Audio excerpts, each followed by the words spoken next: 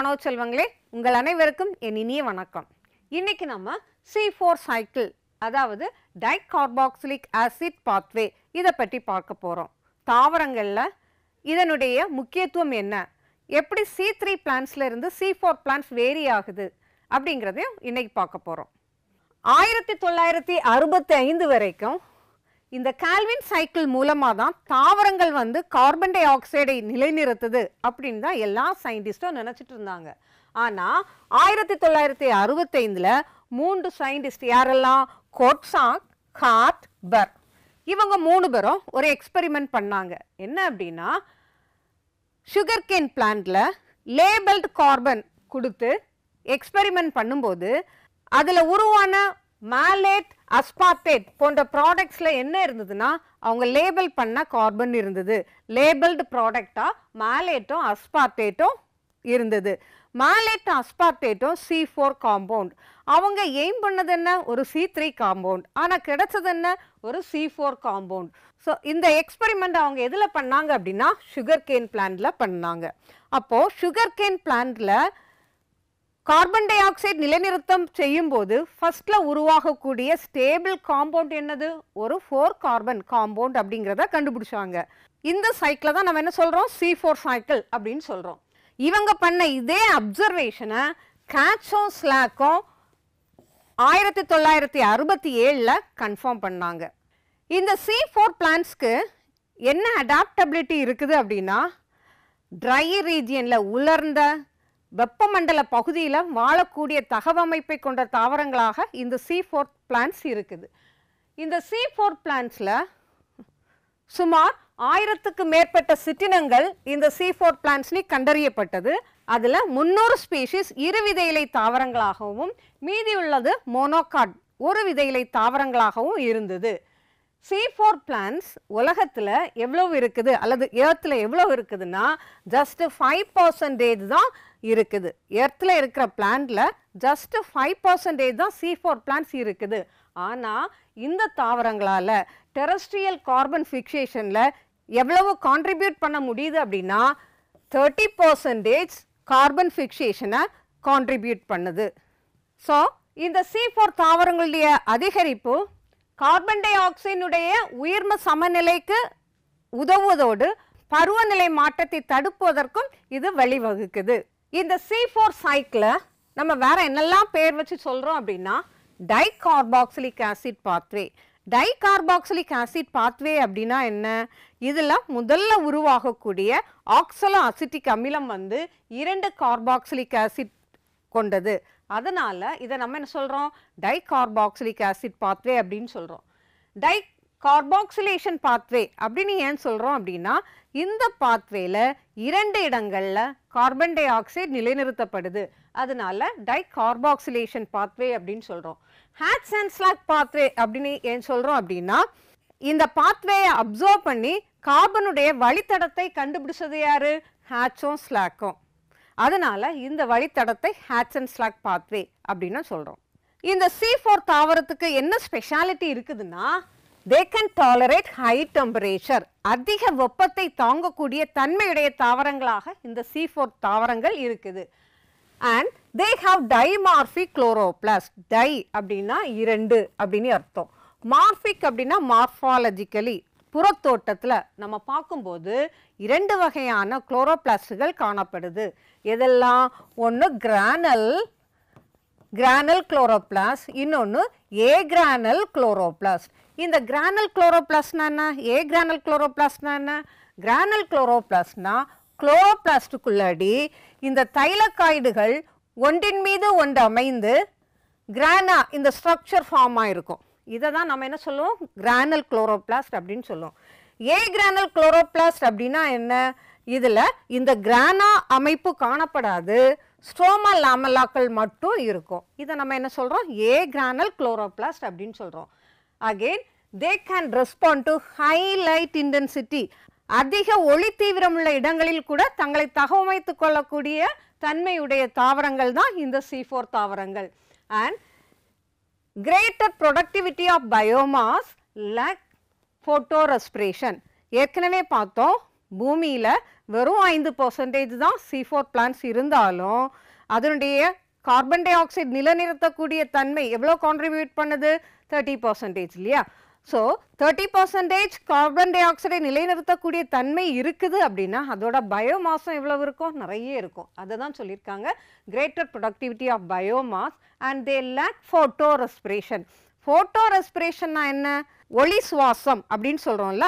இந்த ஒளி சுவாசம் ஒளியின் முன்னிலையில் நடக்கக்கூடியது. இந்த ஒளி சுவாச நிகழ்ச்சியில் என்ன நடக்கும் அப்படின்னா எனர்ஜி லாஸ் நடக்கும். ஆனால் இந்த C4 தாவரங்களில் ஃபோட்டோ ரெஸ்பிரேஷன் நடைபெறாது. ஸோ ஃபோட்டோ ரெஸ்பிரேஷன் மூலமாக ஆற்றல் இழக்கப்படுவதும் இதனால் தவிர்க்கப்படுது. தென் they are more efficient in nitrogen utilization. So C4 plants are more efficient in utilizing nitrogen. Again, Kranz anatomy. C4 plantsக்கு ஒரு ஸ்பெஷாலிட்டி என்னன்னா they have Kranz anatomy. Kranz அப்படின்னா என்ன அப்படின்னா இது ஒரு ஜெர்மன் வேர்டு. இந்த கிரான்ஸ்க்கு மீனிங் என்ன அப்படின்னா ரிங் அப்படின்னு அர்த்தம். இதில் இந்த பண்டில் சீட்டை சுற்றி இருக்கக்கூடிய மீசோஃபில் செல்கள் எப்படி இருக்குது? வட்டமாக வளையம் போன்ற அமைப்பில் காணப்படுது. இந்த கிரான்ஸை நம்ம ரீத் அப்படின்னு சொல்லுவோம். ரீத்னா என்ன? தலையில் வைப்பாங்கல்ல அது, அல்லது நம்ம மலர் வளையம் அப்படின்னு சொல்கிறோம். வால் டெக்கரேஷனில் இல்லை பல்வேறு நிகழ்ச்சிகளில் நம்ம டெக்கரேஷனுக்காக யூஸ் பண்ணுவோம்ல, இந்த மாதிரியான மலர் வளையம் போன்ற ஒரு அமைப்பை உடையதுனால தான் அதை நம்ம என்ன சொல்கிறோம்? கிரான்ஸ். கிரான்ஸ்னால் என்ன மீனிங்? ரீத் அப்படின்னு அர்த்தம், அல்லது ரிங் அப்படின்னு அர்த்தம். ஸோ இந்த கிரான்ஸ் அனாட்டமி C4 பிளான்ட்ஸில் மட்டும்தான் இருக்குது. ஸோ மற்ற தாவரங்கள்ல இருந்து C3 தாவரங்கள்ல இருந்து C4 தாவரங்களை டிஸ்டிங்கிஷ் பண்ணுறதுல ஒன் ஆஃப் த கேரக்டர்ஸ் என்னது? Kranz anatomy. ஸோ C4 பிளான்ட்ஸ்க்கு எக்ஸாம்பிள் என்னது? மெய்ஸ், சொர்க்கம், சுகர்கேன், இதெல்லாம் C4 plants. Whereas potato, wheat, mustard இதெல்லாமே C3 பிளான்ட்ஸ். இதில் கிரான்ஸ் அனாட்டமி இருக்காது. இப்போ C3 பிளான்ட்ஸ்க்கும் C4 பிளான்ட்ஸ்க்கும் அனாட்டமிக்கெல்லாம் என்னென்ன டிஃப்ரென்ஸ் அப்படின்னு பார்ப்போம். இது C3 பிளான்ட்ஸ். C3 பிளான்ட்ஸில் upper epidermis, lower epidermis, in between upper and lower எபிடாமிஸ்க்கு இடையில இருக்கக்கூடிய டிஷ்யூஸ் என்ன சொல்லுவோம்? மீசோஃபில் சொல்லுவோம்ல. ஸோ இதுதான் பண்டில் ஷீட். பண்டில் ஷீட்க்கு உள்ளாடி என்ன இருக்குது? சைலமோ ஃப்ளோயமோ இருக்குது. ஓகே, சைலமும் இருக்குது, ஃப்ளோயமும் இருக்குது. இதை சுற்றி இருக்கிறதா நம்ம என்ன சொல்கிறோம்? Bundle sheath cells. ஸோ இந்த மீசோஃபில் செல்ஸ் வந்து பாலிசேட் அண்ட் ஸ்பாஞ்சி பேரன்கைமா அப்படி இங்கே இருக்குது இல்லையா? ஸோ இந்த அமைப்பு எங்கே பார்க்க முடியுது? C3 பிளான்ட்ஸில். ஆனால் C4 பிளான்ட்டில் அனாட்டமியை பாருங்கள். இது அப்பர் எபிடாமிஸ், இது லோயர் எபிடாமிஸ். இந்த அப்பர் எபிடாமிஸ்க்கும் லோயர் எபிடாமிஸ்க்கும் இடையில நம்ம என்ன பார்க்குறோம்? மீசோஃபில் டிஷ்யூஸை பார்க்குறோம். அகெயின் இதுதான் வாஸ்குலார் பண்டில். வாஸ்குலார் பண்டில் இது என்ன? சைலம். ரெட் கலரில் இங்கே காட்டியிருக்கிறது சைலம். அண்ட் இது என்னது? ஃப்ளோயம். இந்த வாஸ்குலார் டிஷ்யூஸை சரௌண்ட் பண்ணி இருக்கிறத நம்ம என்ன சொல்கிறோம்? Vascular bundle. இந்த வாஸ்குலார் பண்டிலை சுற்றி ஒரு ரிங் போன்ற ஒரு அமைப்புடைய டிஷ்யூஸை பார்க்குறோம் இல்லையா? இது என்ன அப்படின்னா they are nothing but mesophyll tissues. இந்த மீசோஃபில் டிஷ்யூஸ் வாஸ்குலார் பண்டிலை சுற்றி ஒரு வளையம் மாதிரி, ரீத் மாதிரி அமைந்து காணப்படுவதை தான் நம்ம என்ன சொல்கிறோம்? கிரான்ஸ் அனாட்டமி அப்படின்னு சொல்கிறோம். இதோட ஸ்பெஷாலிட்டி என்ன அப்படின்னா இந்த செல்களில் செல் சுவர் வந்து தடிமனாக இருக்கும். தே ஹாவ் திக் செல் வால். அது மட்டும் இல்லை, இதில் மற்ற செல்களை விட, மீசோஃபில்ல இருக்கக்கூடிய ஏனைய செல்களை விட இதில் அதிகப்படியான குளோரோபிளாஸ்ட் காணப்படும். அது மட்டும் இல்லை, செல் வந்து எப்படி இருக்குன்னு சொன்னோம்? திக் வால்டு அப்படின்னு சொன்னோம்ல. So they are impervious to gas. கேஸை வந்து உள்ளேயும் விடாது, உள்ளே இருந்து வெளியிலையும் அலோவ் பண்ணாது. இந்த வாஸ்குலார் பண்டிலை சுற்றி ஒரு லேயராக இருக்கலாம், அல்லது ஒன்றிற்கு மேற்பட்ட லேயராக இருக்கலாம். இதை தான் நம்ம என்ன சொல்கிறோம்? கிரான்ஸ் அனாட்டமி அப்படின்னு சொல்கிறோம். இந்த கிரான்ஸ் அனாட்டமி எங்கே காணப்படுது? C4 பிளான்ட்ஸில் காணப்படுது. ஸோ வாஸ்குலார் பண்டிலை சுற்றி இருக்கக்கூடிய மீசோஃபில் செல்ஸ் தான் இந்த மாதிரி ரீத் மாதிரி அரேஞ்ச் ஆகி ஒரு ஸ்பெஷலைஸ் ஸ்ட்ரக்சராக இங்கே ஃபார்ம் ஆகுது. இதை தான் நம்ம என்ன சொல்கிறோம்? Kranz anatomy. இது யாரோட ஸ்பெசிஃபிக் கேரக்டர்? C4 பிளான்ட்ஸோட ஸ்பெசிஃபிக் கேரக்டர். இப்போது C4 பிளான்ட்ஸில் என்னெல்லாம் பார்த்தோம்? பண்டில் ஷீட் இருக்குதுன்னு பார்த்தோம்ல. In C4 plants, bundle sheet cells are rich in rubisco. Bundle sheet cellsல என்ன நிறைய இருக்கும்? rubisco enzyme நிறைய இருக்கும். ஆனால் அங்கே என்ன இருக்காது? PEP கார்பாக்சிலேஸ் என்சைம் இருக்காது ஆர் PEP கேஸ் அங்கே இருக்காது எங்க பண்டில் ஷீட் செல்ஸில். ஸோ இது ஒரு முக்கியமான கேரக்டர். பண்டில் ஷீட் செல்ஸில் தே ஹாவ் ரிச் ருபிஸ்கோ, அங்கே என்ன இருக்காது, PEP கார்பாக்சிலேஸ் இருக்காது. C3 பாத்வே எங்கே நடக்கும், மீசோஃபில்ல தான் நடக்கும். ஆனால் C4 பிளான்ஸில் C3 பாத்வே எங்கே நடக்குது, பண்டில் ஷீட் செல்லில் நடக்குது. ஏன், பண்டில் ஷீட் செல்லில் தான் ருபிஸ்கோ என்சைம் இருக்கும். ருபிஸ்கோ என்சைம்க்கு C3 சைக்கிளில் என்ன வேலை, கார்பன் டை ஆக்சைடை ஃபிக்ஸ் பண்ணி அந்த C3 சைக்கிளில் கண்டினியூ பண்ணுறது யார், ருபிஸ்கோ. ஓகே, ஸோ இது C4 தானே, இங்கே C3 சைக்கிள் நடக்குமா அப்படின்னா கண்டிப்பாக நடக்கும். C4 பிளான்டாக இருக்கலாம் அல்லது கேம்ப் சைக்கிள் நடைபெறக்கூடிய தாவரங்களாக இருக்கலாம், எல்லா தாவரங்களையும் C3 சைக்கிள் நடக்கும். இந்த C4 plants they undergo carboxylation twice. Carboxylation ஆனது கார்பன் டை ஆக்சைடை ஃபிக்ஸ் பண்ணுறது இரண்டு இடத்துல நடக்குது. எங்கெல்லாம் நடக்குது, ஒன்று மீசோஃபில் ரீஜியன்லேயும் இன்னொன்று பண்டில் ஷீட் ரீஜியன்லேயும் நடக்குது. இந்த C3 பிளான்ஸில் carbon dioxide fixation mesophyll ரீஜியனில் நடக்குது. வேரஸ் இன் C4 பிளான்ஸில் மீசோஃபில் ரீஜியன்லேயும் கார்பன் டை ஆக்சைடு ஃபிக்சேஷன் நடக்குது, பண்டில் ஷீட் செல்லையும் கார்பன் டை ஆக்சைடு ஃபிக்சேஷன் நடக்குது. ஸோ ரெண்டு இடத்துல கார்பன் டை ஆக்சைடு ஃபிக்சேஷன் நடக்குது. இதனால தான் இந்த சைக்கிளுக்கு இன்னொரு பேர் என்ன சொன்னோம், டை கார்பாக்சிலேஷன் சைக்கிள் அப்படின்னு சொன்னோம் இல்லையா. இதில் primary carbon di oxide acceptor is a 3 carbon molecule. இந்த 3 கார்பன் மாலிகுல் யாரு அப்படின்னா பாஸ்போயினால் பைருவேட். இந்த பாஸ்போயினால் பைருவேட் எங்கே இருக்கும் அப்படின்னு பார்த்தோம், mesophyll cells of C4 plans. இந்த பாஸ்போயினால் பைருவேட் தான் ஃபர்ஸ்ட்ல கார்பன் டை ஆக்சைடு கூட ரியாக்ட் ஆகிறது. இதுக்கு எந்த என்சைம் ரெஸ்பான்சிபிளாக இருக்குது அப்படின்னா PEP கார்பாக்சிலேஸ், பெப் கார்பாக்சிலேஸ் அப்படின்னு சொல்கிறோம். அப்படி இல்லைன்னா பெப் கேஸ் அப்படின்னு சொல்கிறோம். PEP refers to phosphoenol pyruvate, C refers to carboxylase, ASC அது எதை டினோட் பண்ணுது, யூஸ்வலாக enzyme ends with ACE. Okay, அதனால் அதை என்ன சொல்கிறோம், பெப் கேஸ் அப்படின்னு ஷார்ட்டாக சொல்கிறோம்.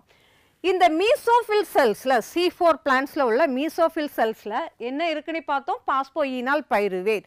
அப்போ என்ன இருக்காது, ருபிஸ்கோ என்சைம் இருக்காது. ருபிஸ்கோ என்சைமோட வேலை என்ன, C3 பிளான்ஸில் மீசோஃபில் செல்லில் கார்பன் டை ஆக்சைடை ஃபிக்ஸ் பண்ணுறதுக்கு ஹெல்ப் பண்ணுறது. ஆனால் அந்த ருபிஸ்கோ என்சைம் C4 பிளான்ஸில் உள்ள மீசோஃபில் செல்ஸில் இருக்காது. The C4 acid, C4 acid என்ன, oxaloacetic acid. C4 acid oxaloacetic acid எங்க ஃபார்ம் ஆகுது, மீசோஃபில் செல்ஸில் ஃபார்ம் ஆகுது. C4 பிளான்ஸில் C4 acid அல்லது oxaloacetic acid அதுதான் ஃபர்ஸ்ட் ஸ்டேபிள் காம்பவுண்ட் சொன்னோம்ல, அது எங்கே ஃபார்ம் ஆகுது, மீசோஃபில் செல்ஸில் ஃபார்ம் ஆகுது. இப்போ அந்த சைக்கிள் என்ன அப்படின்னு பார்ப்போம். இந்த atmospheric carbon di oxide stomata வழியா மீசோஃபில் செல்க்கு வருது. இது மீசோஃபில் செல், இது வந்து பண்டில் ஷீட் செல். இந்த மீசோஃபில் செல்க்கு வந்த உடனே இந்த கார்பன் டை ஆக்சைடு வாட்டர் கூட ரியாக்ட் ஆகி கார்பானிக் ஆசிடாக மாறிடும். இதுவும் ஒரு அடாப்டேஷன் தான். என்ன அப்படின்னா நம்ம ஏற்கனவே பார்த்தோம் C4 பிளான்ஸ் வந்து வாட்டரை எஃபிஷியண்டாக கையாளுது அப்படின்னு பார்த்தோம்ல. இந்த வாட்டர் கூட அது ரியாக்ட் ஆகி கார்பானிக் ஆசிடாக மாறுறதுனால தேவையில்லாமல் டிரான்ஸ்பிரேஷன் நடக்கிறத ஸ்டாப் பண்ணுது. இந்த தாவரங்கள் எங்கே வாழக்கூடிய தகவமைப்பு உள்ளதுன்னு பார்த்தோம், அதிக வெப்பம் நிறைந்த பகுதியில் வாழக்கூடிய தாவரங்கள் இல்லையா, அங்கே டிரான்ஸ்பிரேஷன் அதிகமாக காணப்படும். ஆனால் இது என்ன பண்ணுது பாருங்க, நீர் மூலக்கூறுகள் கூட வினைபுரிந்து கார்பானிக் அமிலமாக மாற்றி வச்சிருது. இதனால இன்னொரு அட்வான்டேஜ் என்ன அப்படின்னா, C2 சைக்கிள் பார்த்தோம்ல, ஒளி சுவாசம், இந்த ஒளி சுவாசம் நடைபெறாமல் தடுப்பதற்கு இது ஒரு மெக்கானிசம். ஸோ இந்த கார்பானிக் ஆசிட் கூட இப்போ இன்வால்வ் ஆகிறது யாரு, பாஸ்போயினால் பைருவேட். பாஸ்போயினால் பைருவேட் கார்பானிக் ஆசிட் கூட சேர்ந்து ஒரு 4 கார்பன் ஆசிட் ஃபார்ம் ஆகுது. அந்த 4 கார்பன் ஆசிடை தான் நம்ம என்ன சொல்கிறோம், ஆக்சலோ அசிட்டிக் ஆசிட். இந்த நிகழ்ச்சியை நம்ம என்ன சொல்கிறோம் அப்படின்னா ஃபிக்சேஷன் சொல்கிறோம். இதில் இதுதான் முதல் படி, ஃபிக்சேஷன் அப்படின்னு சொல்கிறோம். இப்போது ஆக்சலோ அசிட்டிக் ஆசிட் இங்கே ஃபார்ம் ஆகிருக்குல்ல, இந்த oxaloacetic acid malate dehydrogenase enzyme இருந்ததுன்னா என்னவா கன்வெர்ட் ஆகும்? மாலேட்டாக கன்வெர்ட் ஆகும். இல்லை டிரான்சாமினேஸ் என்சைம் இருந்தது அப்படின்னா ஆஸ்பார்டேட்டாக கன்வெர்ட் ஆகும். ஸோ இந்த ஆக்சலோஅசிட்டிக் ஆசிட் மாலேட்டாவோ அஸ்பார்டேட்டாவோ கன்வெர்ட் ஆகும். ஆனால் மாலேட்டாக கன்வெர்ட் ஆனால் தான் ஃபர்தராக டிரான்ஸ்போர்ட் ஆகி எங்கே வரும்? பண்டில் ஷீட்டுக்கு வரும். இந்த அஸ்பார்டேட்டும் மாலேட்டும் வந்து இன்டர் கன்வெர்ட்டபிள். ஸோ ஈஸியாக அது மாலேட்டாக திரும்ப கன்வெர்ட் ஆகலாம். அது மாலேட்டாக கன்வெர்ட் ஆனால் தான் எங்கே வர முடியும்? பண்டில் ஷீட்டுக்கு என்ட்ரியே கிடைக்கும். ஸோ ஆக்சலோஅசிட்டிக் ஆசிட் மாலிக் ஆசிடாக கன்வெர்ட் ஆகிறது எங்கே நடக்குது? மீசோஃபில் செல்லில் நடக்குது. மாலிக் ஆசிட் ஃபார்ம் பண்ண உடனே அது அங்கே இருந்து டிரான்ஸ்ஃபர் ஆகி அல்லது டிரான்ஸ்போர்ட்டட் டு பண்டில் ஷீட் செல். இந்த பண்டில் ஷீட் செல்லில் மாலேட்லேருந்து கார்பன் டை ஆக்சைடு இவால்வ் ஆகுது. டீகார்பாக்சிலேஷன் நடக்குது. இந்த ரிமூவ் ஆகிற கார்பன் டை ஆக்சைடை யார் ஃபிக்ஸ் பண்ணிக்கிறா? பண்டில் ஷீட் செல்ஸில் யார் அதிகமாக இருக்கிறாங்கன்னு பார்த்தோம்? ருபிஸ்கோ என்சைம் இல்லையா? ஸோ ஆர்இபிபி கார்பாக்சிலேஸ் இதை ஃபிக்ஸ் பண்ணிவிட்டு கால்வின் சைக்கிள்குள்ளாடி என்டர் ஆயிரும். வேரஸ் இந்த மாலேட் வந்து ஒரு 4 கார்பன் ஆசிட் இல்லையா? மாலேட்ல இருந்து ஒரு கார்பன் இப்போ நீக்கப்பட்டதுனால என்ன ஃபார்ம் ஆயிருக்கு? ஒரு C3 ஆசிட் ஃபார்ம் ஆயிருக்கு. இந்த C3 ஆசிட் என்னது? பைருவேட். இப்போ பைருவேட் ஃபார்ம் ஆன உடனே இதில் எத்தனை கார்பன் இருக்கு சொன்னோம்? 3 கார்பன் இல்லையா? இந்த பைருவேட் ஃபார்ம் ஆன உடனே this pyruvate is transported to mesophil. மீசோஃபில்லுக்கு வந்துடுது. மீசோஃபில்லில் ஃபிக்சேஷனுக்கு ஹெல்ப் பண்ணது யார்? பாஸ்போயினால் பைருவேட். இப்போ இங்கே என்ட்ரி கொடுத்தது யார்? பைருவேட். இந்த பைருவேட் என்ன செய்யுது அப்படின்னா ஒரு ஏடிபி மாலிகுலை எடுத்துட்டு பாஸ்போயினால் பைருவேட்டாக மாறிடுது. இந்த ஏடிபி என்ன ஆயிடுது? ஏடிபியாக மாற்றப்படுது. ஸோ ஏற்கனவே இருந்த பாஸ்போயினால் பைருவேட் இங்கே மீண்டும் உருவாக்கப்பட்டிருக்கு. இந்த நிகழ்ச்சியை நம்ம என்ன சொல்கிறோம்? ரீஜெனரேஷன் அப்படின்னு சொல்கிறோம். இது 3ஆம் நிலை. அப்போ முதல் நிலை என்னது? ஃபிக்சேஷன். அது எங்கே நடந்தது? மீசோஃபில் செல்லில். 2ஆம் நிலை என்னது? டீகார்பாக்சிலேஷன். அது எங்கே நடந்தது? பண்டில் ஷீட் செல்லில். 3ஆம் நிலை என்னது? ரீஜெனரேஷன். அதுவும் எங்கே நடக்குது? மீசோஃபில் செல்லில். இப்போ முதல்ல இருந்த பாஸ்போயினால் பைருவேட் திரும்பவும் உருவாக்கப்பட்டிருக்கு. ஸோ இந்த சைக்கிள் அப்படியே திரும்பவும் நடைபெறும். இப்போது ஒரு கார்பன் டை ஆக்சைடு ஃபிக்சேஷனுக்கு இந்த C4 சைக்கிளில் எவ்வளவு ஏடிபி எவ்வளவு NADPH யூஸ் பண்ணியிருக்கு அப்படின்னு பார்த்தோன்னா C4 plants require 5 ATP and 2 NADPH. 5 ATPயும் 2 NADPHம் வேணும். நம்ம C3ல பார்த்துருக்கோம். கால்வின் சைக்கிளில் எத்தனை ஏடிபி வேணும்? 3 ஏடிபியும் 2 NADPHம் இல்லையா? 3 ATP as well as 2 NADPH எங்கே?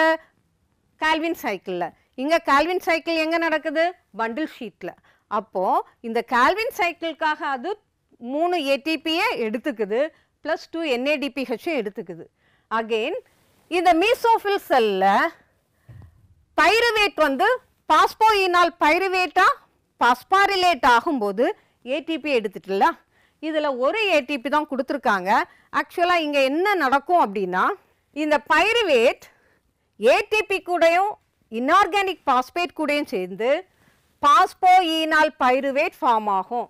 பாஸ்போயினால் பைருவேட் ஃபார்ம் ஆகிருக்கு இல்லையா? ப்ளஸ் என்னெல்லாம் ஃபார்ம் ஆகும் அப்படின்னா பைரோபாஸ்பேட்டும் அடினோசைன் மோனோபாஸ்பேட்டாகவும் உருவாகும். இந்த அடினோசைட் மோனோபாஸ்பேட் வந்து highly unstable.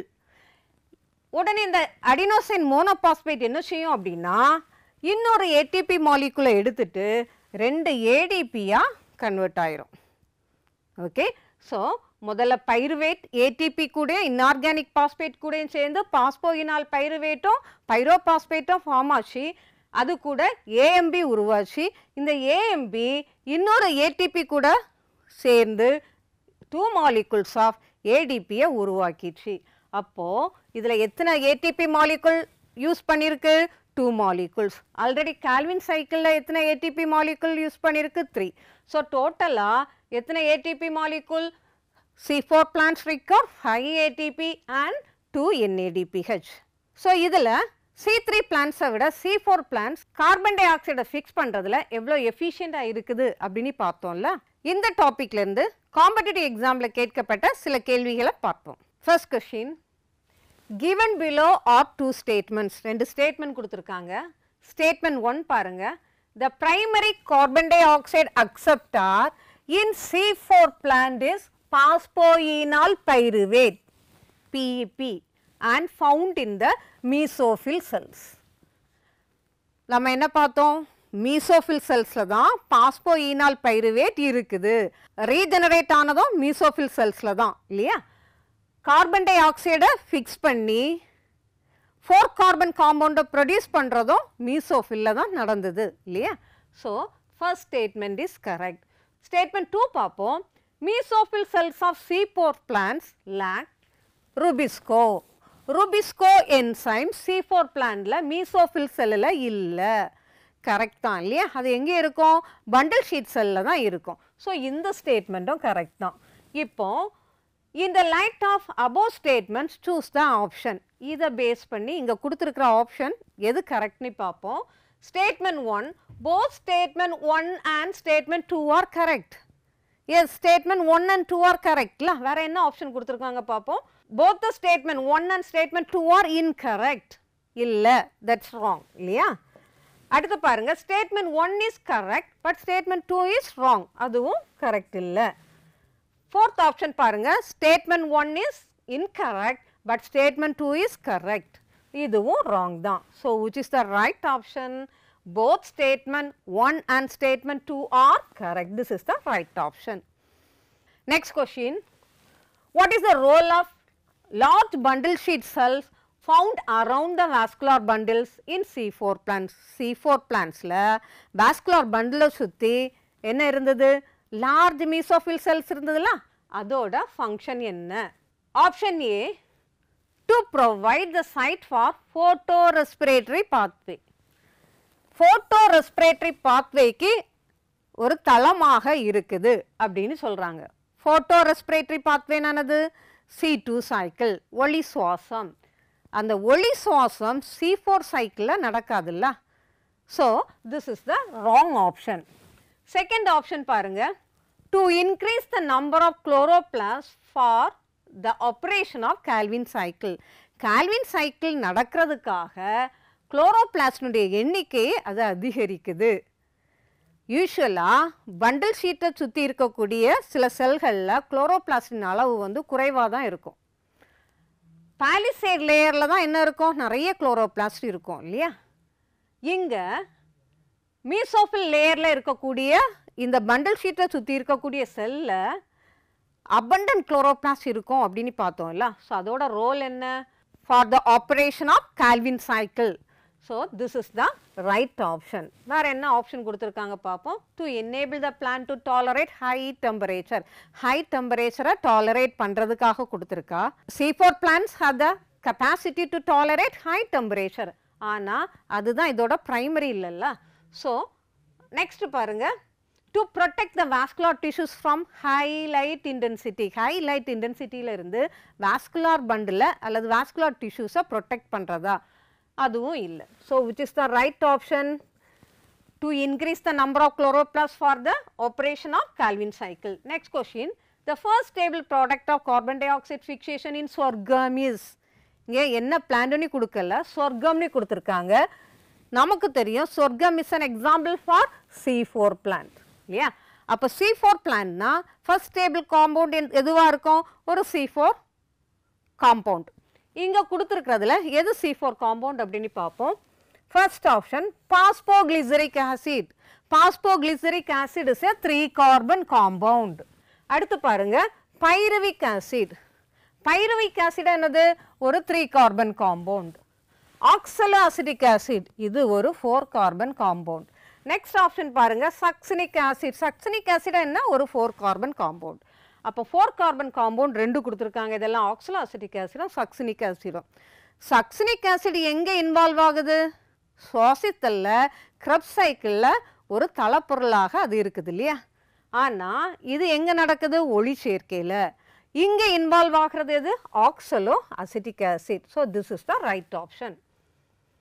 Next question, phosphoenol pyruvate is the primary carbon dioxide acceptor in phosphoenol pyruvic acid primary carbon dioxide acceptor எங்க involve ஆகுது? Option பாருங்க, C4 plants, C2 plants, C3 and C4 plants, C3 plants. We know that phosphoenol pyruvic acid எங்க primary carbon dioxide acceptor behave பண்ணுது? In C4 plants. C4 plantல தான் carbon dioxide accept பண்ணக்கூடிய primary acceptor என்னது? Phosphoenol pyruvate. இல்லையா? Next question பார்ப்போம். A plant in your garden avoid photorespiratory loss. உங்க gardenல உள்ள ஒரு plant photorespiratory loss avoid பண்ணுது. Photorespiratory loss னா என்ன பார்த்தோம்? C2 cycle avoid பண்ணுது அப்படின்னு அர்த்தம். And has improved water use efficiency. வாட்டரை யூஸ் பண்ணுறதை எஃபிஷியண்ட்டாக யூஸ் பண்ணுது. நம்ம C4 சைக்கிளில் பார்த்தோம், கார்பன் டை ஆக்சைடு என்ன செய்யும்? வாட்டர் மாலிகுல் கூட ஃபிக்ஸ் ஆகி கார்போனிக் ஆசிடாக மாறிடும். ஸோ இதனால டிரான்ஸ்பிரேஷன் தடுக்கப்படுது அப்படின்னு பார்த்தோம் இல்லையா? Shows high rates of photosynthesis. High rate of photosynthesis at high டெம்பரேச்சராக இருந்தாலும் சரி, ஹை இன்டென்சிட்டி ஆஃப் லைட் இருந்தாலும் சரி, அதோட ஃபோட்டோசிந்தசிஸ் எஃபிஷியன்சி ஹையாக இருக்குது. And has improved efficiency of nitrogen utilization. நைட்ரஜனை யூட்டிலைஸ் பண்ணுறதும் எஃபிஷியண்ட்டாக பண்ணுது. இந்த கேரக்டர் எல்லாம் எங்கே இருக்குது? உங்கள் கார்டனில் இருக்கிற இந்த பிளான்ட்டுக்கு. In which of the following physiological group would you assign this plant? இங்கே கொடுத்துருக்கிற ஃபிசியலாஜிக்கல் குரூப்பில் எந்த குரூப்பில் அந்த பிளான்ட்டை நீங்கள் ஃபிக்ஸ் பண்ணுவீங்க? அதுதான் கொஷின். ஆப்ஷன் பாருங்கள், கேம்ப் சைக்கிள் அல்லது கேம்ப் பிளான்ட், நைட்ரஜன் ஃபிக்ஸர். ஏன்னா நைட்ரஜன் அது வந்து ரொம்ப எஃபிஷியண்ட்டாக யூஸ் பண்ணுறதுனால நைட்ரஜன் ஃபிக்ஸரில் வைப்பீங்களா? C3 பிளான்டா, C4 பிளான்டா? இது அத்தனையுமே யாரோட கேரக்டர்? C4 பிளான்டோட கேரக்டர் இல்லையா? ஸோ இந்த கேரக்டர் இருக்கிறதுனால தான் C4 பிளான்ட்ஸால் ட்ரை ரீஜியனாக இருக்கலாம், அல்லது டெம்பரேட் ரீஜியனாக இருக்கலாம், அல்லது சப்ட்ராபிக்கல் ரீஜியனாக இருக்கலாம். ட்ராபிக்கல் ரீஜியனாக இருந்தாலும் சரி, சப்ட்ராபிக்கல் ரீஜியனாக இருந்தாலும் சரி, ட்ரை ரீஜியனாக இருந்தாலும் சரி, they can adapt themselves to those region. அது எதனால? இந்த கேரக்டர்னால தான். So which is the right option? C4 is the right option. அன்பு மாணவ செல்வங்களே, இது வரைக்கும் C4 சைக்கிள் அப்படின்னா என்ன, இந்த C4 பிளான்ட்டுக்கு கார்பன் டை ஆக்சைடை எஃபிஷியண்ட்டாக ஃபிக்ஸ் பண்ணுறதுக்கு என்னென்ன கேரக்டர் இருக்குது அப்படின்னு எல்லாம் பார்த்தோம். இந்த டாப்பிக்லேருந்து போட்டித் தேர்வுகளில் கேட்கப்பட்ட கேள்விகளும் அதற்கான விளக்கங்களும் கூட பார்த்தோம். கண்டிப்பாக இது உங்களுக்கு பிரயோஜனமாக இருந்திருக்கும். இன்னொரு வீடியோவில் உங்களை சந்திக்கிறேன். Wish you all the best. Stay blessed. Thank you.